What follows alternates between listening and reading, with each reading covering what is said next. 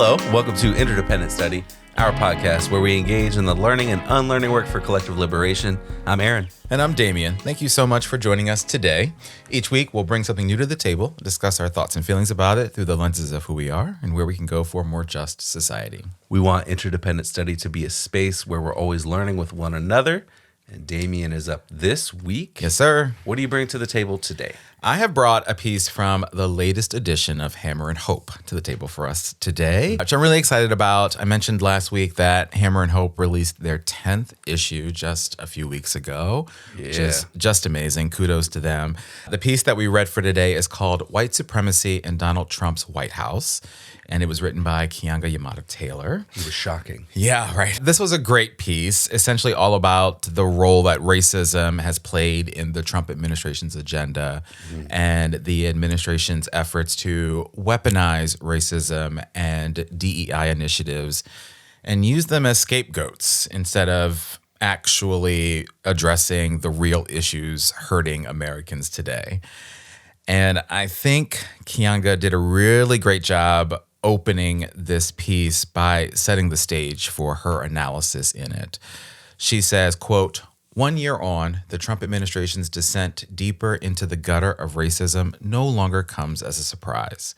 Trump's second presidency has been devoted to demolishing anti-discrimination policies based on the absurd claim that they are unfair to white people, especially white men, who are now the real victims of racism.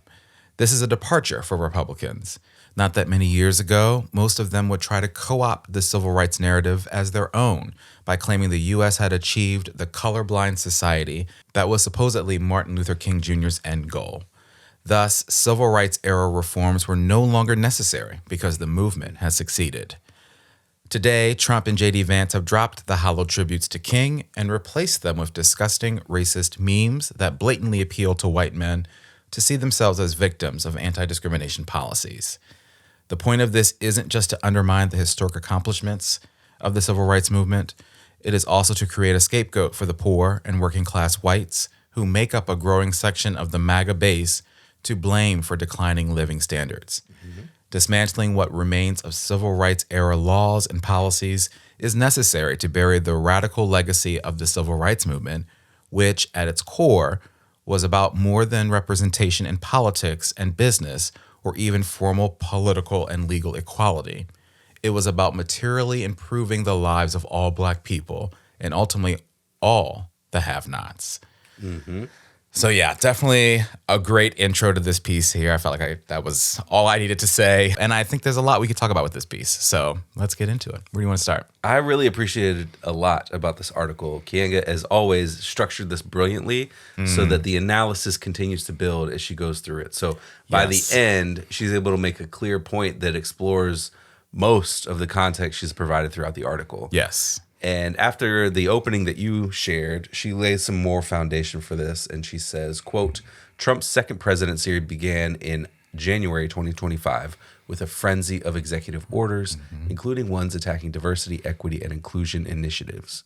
Within months, this had led to purges of lawyers and federal employees charged with protecting civil rights. By December, Vance was bragging to a nearly all-white audience at the Turning Point USA conference, quote, "In the United States of America, you don't have to apologize for being white anymore." His statement was so uncontroversial for the Trump administration that it barely received news coverage. In an X, formerly Twitter, post shortly before that speech, Andrea Lucas, Trump's chair of the U.S. Equal Employment Opportunity Commission, asked, "Are you a white male who has experienced discrimination at work based on your race or sex? You may have a claim to recover money under federal civil rights laws." Sorry, as an aside, I felt like I had to add in that little voice. Yeah, there. I heard it. Very specific. Like infomercially, Yeah, like we need to call J.G. Wentworth. Yes. Continuing the quote of Keeanga, she says, Trump himself weighed in during a January New York Times interview in which he declared that white people were very, very badly treated by the Civil Rights Act of 1964, which supposedly causes whites who deserve to go to a college or deserve to get a job to lose out. Trump's white supremacy got cruder still at the start of Black History Month when he posted a video on Truth Social in which Barack and Michelle Obama's faces were pasted on the bodies of apes. Really going old school racism with that post. Yeah. Old school outright. Old school blatant. Yeah. Yep. And one of the things that stands out to me in this whole quote that I pulled is how ludicrous it is that this regime was able to flip our understanding of civil rights law and its intention and the way it's applied completely upside down. Yes. To make claims about discrimination impacting white people, particularly white men, as they try to appeal and, as you said, use DEI efforts and initiatives as a scapegoat for issues that transcend those programs. Yeah. And exist despite them and existed before them and are getting worse and worse for everybody.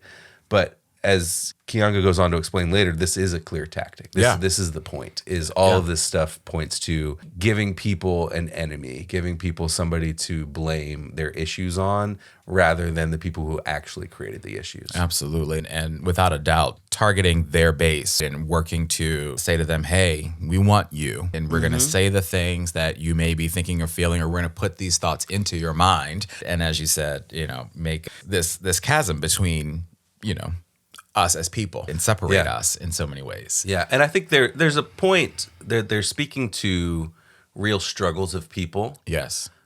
But they're speaking to it in a way to say, well, it's their fault over there. Absolutely. And that to me, that's the point, is that there's a way that they spoke, Trump specifically spoke directly to some of the struggle, some of the pain of people, and it was effective because it was an answer. Yeah. To questions that people had, to issues that people had, and those answers weren't presented in any form or fashion by Trump's electoral opponents. Right, absolutely, over the years. Absolutely. Yet it was presented in that way, but Trump also had no plan to actually then do anything materially good for people. No, we know this. He's a grifter. It was all snake oil the whole time. Absolutely. So it's just more snake oil. Absolutely. So you talk about, we've been talking a lot about DEI as this boogeyman. Keeanga does a great job in talking about how the Trump administration has made DEI a boogeyman, despite the fact that corporate DEI initiatives never really made the substantial impact that A, they should have in the aftermath of the uprisings of 2020 in particular, and B, would or should warrant such targeting by the administration. So she analyzes this by saying, quote, as for the favorite boogeyman of the White House, the actual record of diversity, equity, and inclusion initiatives, even in their heyday following the Black Lives Matter protests in the summer of 2020, has never been as robust and impactful as either their boosters or detractors have claimed. Indeed, before the right began its crusade against DEI, many of the biggest critics of these initiatives were people on the left who pointed out that they produced more pledges to make companies diverse than actual jobs for blacks. Far from replacing qualified white workers with unqualified black ones, as Vance and Trump insist is happening, DEI initiatives typically set aspirational goals that mean little beyond a vague commitment to do better. Consider the words of billionaire Larry Fink, CEO of investment firm BlackRock, in an open letter issued a week into the 2020 protests. Quote, as a firm committed to racial equality, we must also consider where racial disparity exists in our own organizations and not tolerate our shortcomings. We can only heal these wounds, building a more diverse and inclusive firm and contributing to a more just society, if we talk to each other and cultivate honest, open relationships and friendships, end quote. BlackRock increased its fraction of black employees from 5% in 2020 to 8% in 2025, a relatively minor change and hardly evidence of black workers replacing white ones. The company has since dismantled its DEI initiatives in response to Trump's executive orders and legal threats against corporations that maintained such programs. And what I love, folks, is that you can't see this, but Aaron was shaking his head the entire time as I read that statement from the CEO of BlackRock, because it was, BS. But the thing that kind of stood out to me as I was thinking about all this is just the fact that, BlackRock is just one example of this. Yeah. We saw so many corporations do exactly that, issue these statements, retract them later, issue these hollow statements, I should say, and retract them later. And I feel like that has only doubled down and tripled down with what the Trump administration has done in this second term with its rhetoric and, as you pointed out, the executive orders and sort of kind of everything it's done. But that's the impact and the power of a dangerous administration like this one. Yeah, and I remember those pledges in 2020, and everybody was making some kind of social media post about how they were gonna do better and listen and things. And I think they listened, but they didn't hear anything. Yeah, There's a lot that didn't happen that they said was going to happen. And there's a lot of shallowness to these kinds of pledges from corporations like BlackRock that sound more transformational than they are. Right. And some of that continues in this piece when Keeanga talks about the other ways that corporations pledge to make changes. Right. She said, quote, "Instead, most of the pledges were for investment in housing and other ventures intended to stimulate greater participation from Black consumers. For example, J.P. Morgan Chase's racial equity commitment included $8 billion for 40,000 new mortgages and $4 billion to cover 20,000 refinancing agreements over 5 years. This and similar initiatives were basically profit-making schemes promoted as aid and assistance. Above all, they were merely promises made by private organizations with no public mechanism for determining if the promises were kept." So it's not about structural change here. No. It's about how we invite more Black people into new mortgages. They're all leveraging that particular moment to figure out how to extract more money from Black people. Yes. That's what that is. And it's a true reflection of the lack of imagination corporate America has on addressing anything, let alone in this cultural flashpoint moment where people are rightfully pissed off at the structures of policing in this country. And they're like, well, we'll dedicate some money to make sure we can get some mortgages to people. And but what does that do? Absolutely. That doesn't do anything. You're not there wasn't matching with trying to understand what are the historical ramifications of redlining and how do we counter that. There was a lot that you could say we're going to do with $8 billion, but just we're going to make sure that 40,000 new mortgages are that doesn't Absolutely. So that people can keep paying. Yeah, absolutely. Yeah, it was all really such a brilliant analysis around what these corporations did and honestly continue to do to not care about people. Nothing. Yeah. So there's so much that I appreciated about what Keeanga does here. One of the things that she does is she talks about the tactics and the strategies that the right is using to distract white people from the fact that they're not actually interested in helping poor and working class and even middle class white people any more than they're interested in helping and serving anyone who isn't rich and elite and white. So Keeanga says, quote, "The Republican Party's base among poor and working class whites has changed significantly in the past decade or so. The economic downturn in rural areas, combined with hospital closures and the growth of low-wage jobs without health insurance, has led to a much wider use of Medicaid in these areas. In 2014, the Affordable Care Act expanded Medicaid to millions of people, including low-income white Republicans. This has complicated the right's age-old strategy of demonizing those who rely on welfare state programs. Previously, the right wing had mostly heaped blame on welfare queens living high off government handouts at the expense of hardworking, tax-paying white families. But now, needing to appeal to lower-income whites who were more likely than before to rely on government programs, the right made Black professionals in both the public and private sector the new enemies. The attacks on diversity initiatives in higher education and corporate America are aimed at middle-class and upwardly mobile Black Americans. The Trump administration is inviting whites, especially white men, to blame their stagnating or declining living standards on the supposedly rising fortunes of Black people. And there's a lot in there. There's a lot of pieces tied to that analysis there. But I think one of the major ones is that their strategy here is to distract white people and especially white men from the real issue. And we have talked about this several times, including last week too. It's a strategy to get us to lose sight of our shared and collective humanity and how our liberation is actually connected. They don't want us to see that. They don't want white people to see that. As you said earlier, look over here, look who's taking your jobs and taking your opportunities, and don't think about anything else.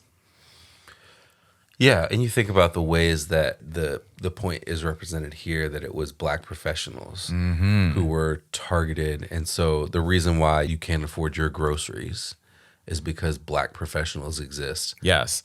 Or they were DEI hires, right? Yeah, you scratch the surface just a little bit and that doesn't make sense. Not a lick. So if you just spend a little bit of time, it completely falls apart. But it's presented in this larger context of all of these things are happening. This is just one piece of the whole conspiratorial puzzle that is against you. And it's sad. Yeah, it really is. I think one of the other points that is important here is not just how Trump is using white supremacist talking points to push an agenda that will ultimately not work for any regular people. Yep. But it's also about how the Democratic Party as a whole is failing at making any kind of counterpoint, which I started to allude to a little earlier. Yeah. Keeanga says, quote, "The right wing has had help in perpetuating the idea that civil rights laws have gone too far. In the case of the Democrats, it is their silence that speaks volumes. Worried about losing potential white swing voters, the party leadership said little after the U.S. Supreme Court, now packed with right-wingers, abolished affirmative action in college admissions in 2023. They have had even less to say about Republican attacks on diversity, equity, and inclusion policies as a justification for removing civil rights protections for black workers and students. The Democrats' appeal to black voters is mostly focused on the threat to voting rights, but with their silence about other issues, they give credence to the Republican talking points that anti-racist protections have come at a cost for white men. And the lack of response or opposition, as Keeanga says here, means that they imply that they think that that's correct. Yeah. Yeah. Or that they don't know how to make a coherent argument that actually undercuts the right-wing talking points about DEI going too far. And ultimately, these are all elite-level talking points. Like, these are ruling class talking points. Yeah. And it gives their narrative, that elite narrative of who's creating strife in your life, who's creating that struggle, it gives that narrative too much power and makes that appeal to black voters seem shallow and transactional rather than grounded in trying to advance the conditions of black communities or any other communities. Yeah, absolutely. You know, I said that earlier when Trump was speaking directly to people's pain or trying to, he has no clue what actual people go through. No. We can all acknowledge that. But he's trying to speak to what people tell him are issues. Yeah. And he found a way to do that really effectively in 2016. 2024, I think it was all a different beast. But I think that the Democrats haven't had an opportunity to do that in the same way. There are prominent Democrats who can, and a lot of them get pushed to the sidelines as being too radical for the party, when in fact there's a significant number of Bernie voters who flipped from Bernie when he got pushed out of the race to Trump. And that's if you look at the policies, that doesn't make sense. But if you look at how they make people feel, I think there's connection there. Absolutely. There's a thread that kind of makes sense. And the Democrats did very little to try to recognize what people are going through and what that struggle is and what they're going to do to change it. Yeah, absolutely. And that matters. And that mattered to people. And herein lies where we are, right? Yeah. It makes sense when you break it down like that, as Keeanga did. So yeah, absolutely. All right, well, let's shift here. Let's talk about application. How does this piece and our conversation about it apply to our everyday lives and work? My application, I think, is connected to what I talked about earlier. And Keeanga says something about this that I thought was just really spot on. She says, quote, "Of course, the idea that blacks are taking over and supplanting the rightful place of whites is no less absurd than the immigrant variant. Yet it serves a purpose for the MAGA right in giving white working class and poor people a scapegoat on which to blame their deteriorating living conditions, especially now that Trump and the Republicans have been in power for a year and have achieved nothing for the ordinary people they claim to stand for." And that's it, right? They've achieved nothing. They're not doing anything for us. And it's honestly because they don't care. This administration is run by a self-absorbed narcissist and that's putting it nicely. And he's surrounded by people who can't and won't stand up to him, right? And only care to kiss his ass and continue to get richer in the process. I mean, every interview I see of, a secretary who just like repeats the talking points and talks about how great he is and says, listen to him, he's great. It just infuriates me to no end. And Keeanga actually then closes the piece by saying, quote, challenging this scapegoating and the destructive right-wing program it seeks to advance will require a mutual understanding of the grievances we share and a commitment to come together and fight to turn the tide against Trump. And I thought that was a brilliant way to end this piece. Yeah, agreed. And my application comes from the end of the article, so I'm going to add a little bit more context to what you just shared. Yeah. So Keeanga says, quote, the shared reality of economic uncertainty and insecurity for millions of Black and white Americans alike, along with millions of others, provides the basis for the kind of political movement that King envisioned. Various individuals and social groups have long used race for their own objectives, whether in pursuit of reactionary or progressive goals.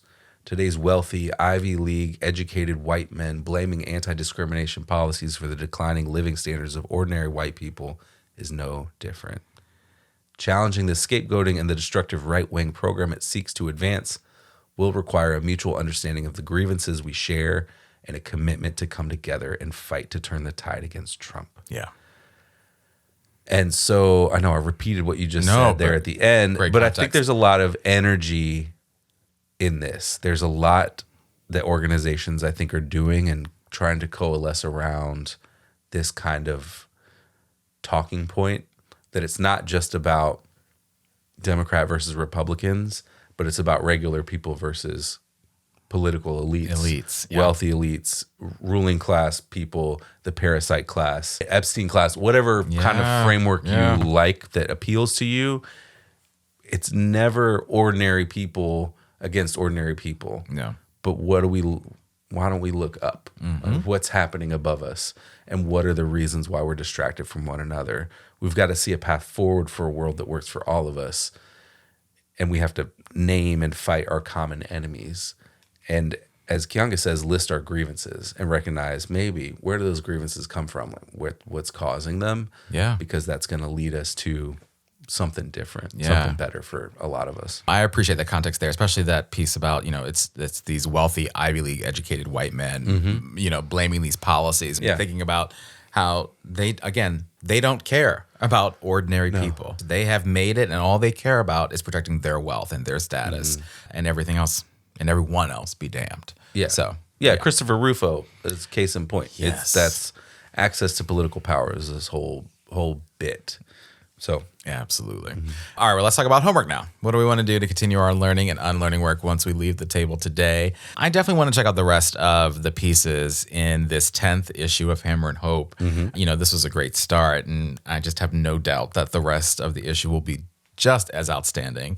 I took a look, and Keeanga-Yamahtta Taylor actually has another piece in this issue called The Black Feminist Collective That Gave Us Identity Politics, which includes an excerpt from the introduction that she wrote for an expanded second edition of her book, How We Get Free, Black Feminism and the Combahee River Collective, which we read all the way back in 2021. It just seems crazy that was 2021. So I definitely want to check out that piece for sure. And again, just the rest of Hammer and Hope. What about you? Yeah, my homework is to read more from this issue of Hammer and Hope. Absolutely. We've got to. It's all so good. So well, Aaron, you're up next time. Yep. What are you going to bring to the table in our next episode? I'm going to bring more Hammer and Hope. Oh, just like that. Just like that. It's time to bring some more Hammer and Hope to the party. I love it. So 2 weeks in a row, I'm going to bring next week, why was Minnesota's resistance to ICE the strongest yet? Which is actually 5 separate narratives from 5 different organizers doing work in the Twin Cities. Those pieces are People Got to Know Their Neighbors by Duran Schrantz. They Hate Us Because We Don't Hate One Another by Marcia Howard. The People Who Can Do the Most to Protect Us Are Within the Sound of a Whistle by Lex Huron. We Woke Up ICE and the Hotels That Supported Them by Aru Shani Ajay. We Somalis Have Always Been a Community That Responded to One Another by Amina Adan. And these are relatively brief articles, narratives about a particular aspect of what resistance to the ICE presence in Minneapolis and St. Paul has looked like. So I'm looking forward to getting into these and talking about what we're learning from them and feeling from them. Yeah. Right here next week. Absolutely. Yeah, this was another one that stood out to me when I was, when I first cracked open this issue. So, yeah, I'm excited about that one. Very good choice. All right, folks. So with that, we want to thank you for joining us today. You know what we want you to do here, but in case you forgot, please follow, leave a rating and review, share our podcast with the people in your life. Follow us on social media, including Instagram, TikTok, and Blue Sky. Check us out on YouTube and sign up and join us on Patreon to get notified about any new things we've got going on behind the scenes. Yes, thank you for listening. And remember, it's not about us, but it is about all of us. And we'll talk to you next week.